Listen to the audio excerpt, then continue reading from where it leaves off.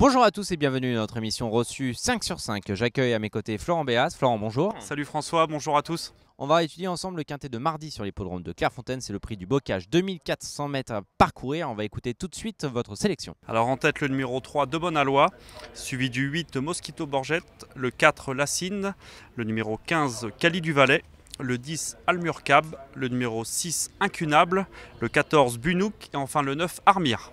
Allez, on commence tout de suite avec le numéro 3 de Bonalois. C'est un véritable métronome dans les quintets plus. Tout à fait, il fait toutes ses courses, il aligne les bons classements depuis le début de la saison, aussi bien sur 2000 que sur 2004. Thierry Jarnet le connaît bien désormais et il mériterait amplement de remporter son deuxième quintet, lui qui avait déjà triomphé à ce niveau, c'était en fin d'année 2014 sur la PSF. Mais il est également très performant sur le gazon. En tous les cas, c'est un solide point d'appui, il devrait logiquement jouer un tout premier rôle. Le numéro 8, Mosquito Borgette, pas très chanceux le 14 juillet. Non, dans un lot qui tenait la route, c'était sur l'hippodrome de Saint-Cloud.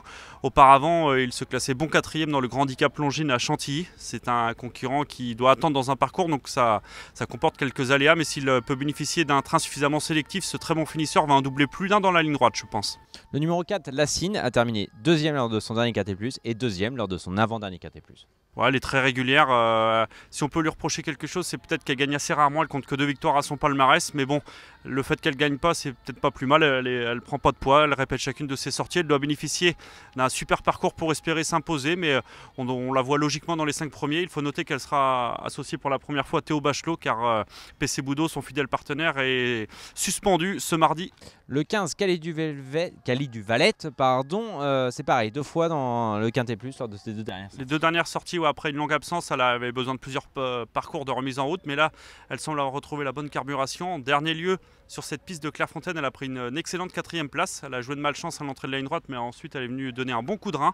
On la semble proche de son meilleur niveau, et malgré la présence des mâles, elle peut une nouvelle fois jouer un très bon rôle. Le numéro 10, Almurcab, c'était la note la dernière fois. Oui, c'était très bien.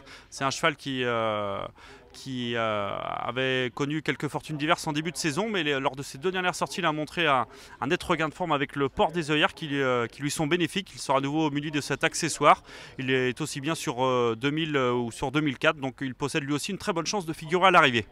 On va également aborder le cas du numéro 14, Bunouk, car nous sommes allés à la rencontre de son entraîneur, Pierre Bigot. On l'écoute tout de suite. Pierre Bigot, vous allez présenter Bunouk dans le quintet de mardi à Clairefontaine.